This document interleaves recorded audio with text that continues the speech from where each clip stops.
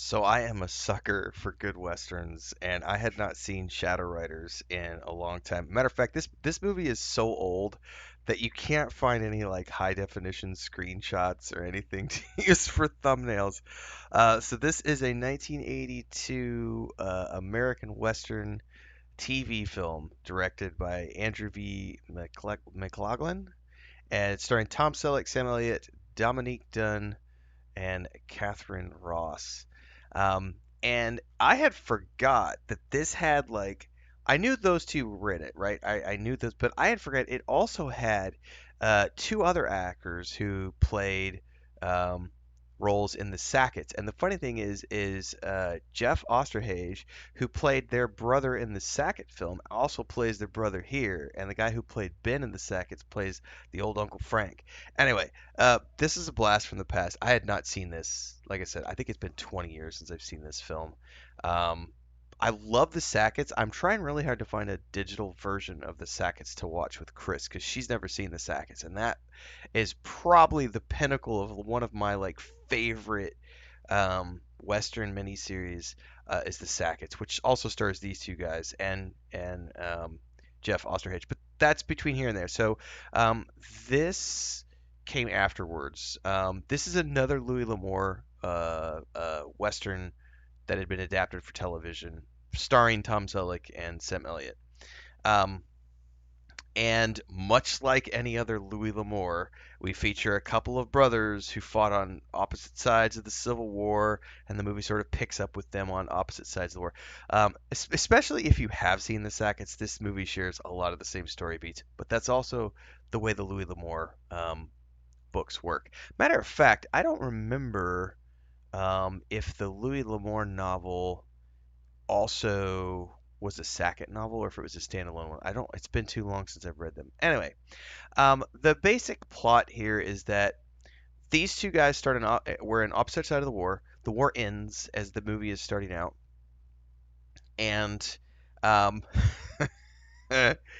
he gets in trouble a couple of different times, and the second time, Big Brother shows up to rescue him, and they go off together to go home. And when they arrive home, they find out that his girlfriend from before, who he hasn't seen in forever because he went off to fight in the war, she's been kidnapped along with a bunch of other people. Their brother got kidnapped as well, along with, I believe, some of their other siblings. And unbeknownst to them, it was his previous corporal or a guy he served under who is the guy who kidnapped them.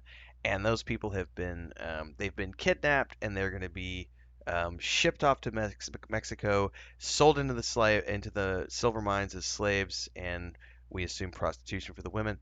Um, and the colonel corporal guy is going to use that money to kickstart his I don't believe the war is dead. I'm gonna kick those Union Yankees asses and restart the war. So it's a very simplistic plot, but what makes it so much fun is the on-screen chemistry that these two guys have. And it's unfortunate that Jeff Osterhage's character doesn't quite have like he does in the Sacketts. It's a little different here. He kind of plays third wheel to these two guys because these two guys, it's all about them and their quips, um, and the relationship that they have and going to rescue the girls.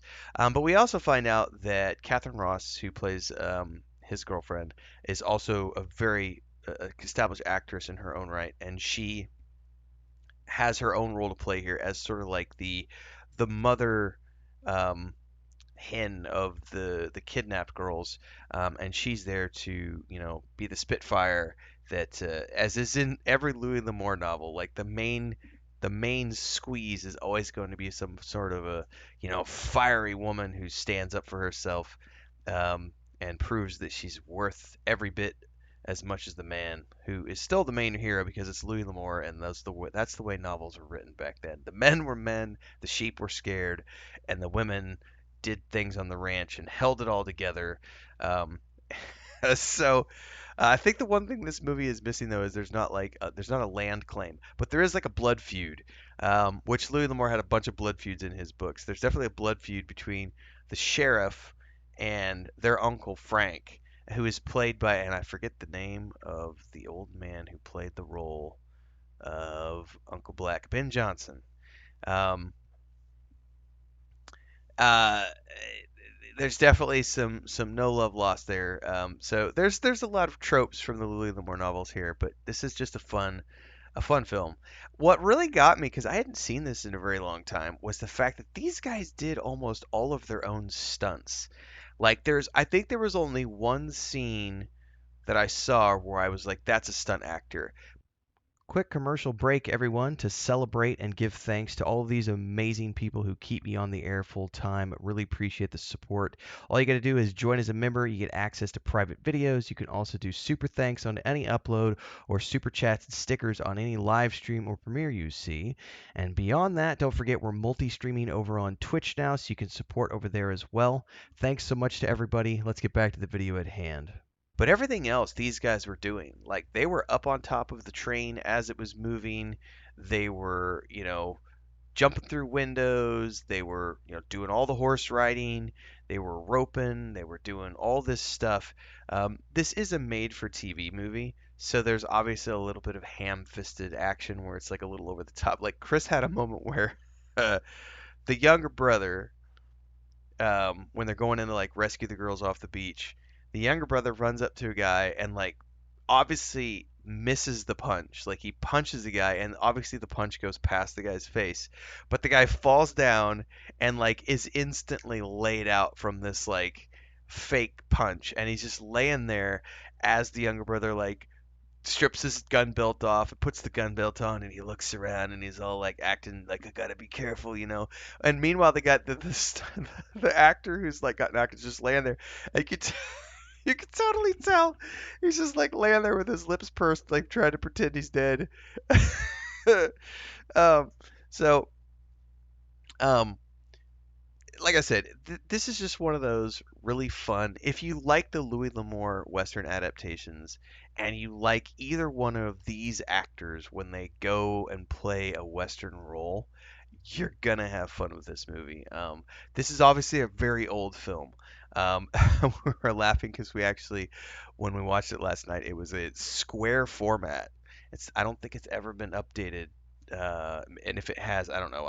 We watched it in square format, so we couldn't do the widescreen. So I actually had to resize everything so that we could see, because Chris likes her subtitles, and it was like, well, hang on a second, because it was cutting off the edges of everything trying to do it in widescreen. So it was like we had to do some configuration to get it to work. It was like it was like going back to the old box televisions that I grew up with when I was, however, that dates me a little bit, but it is what it is.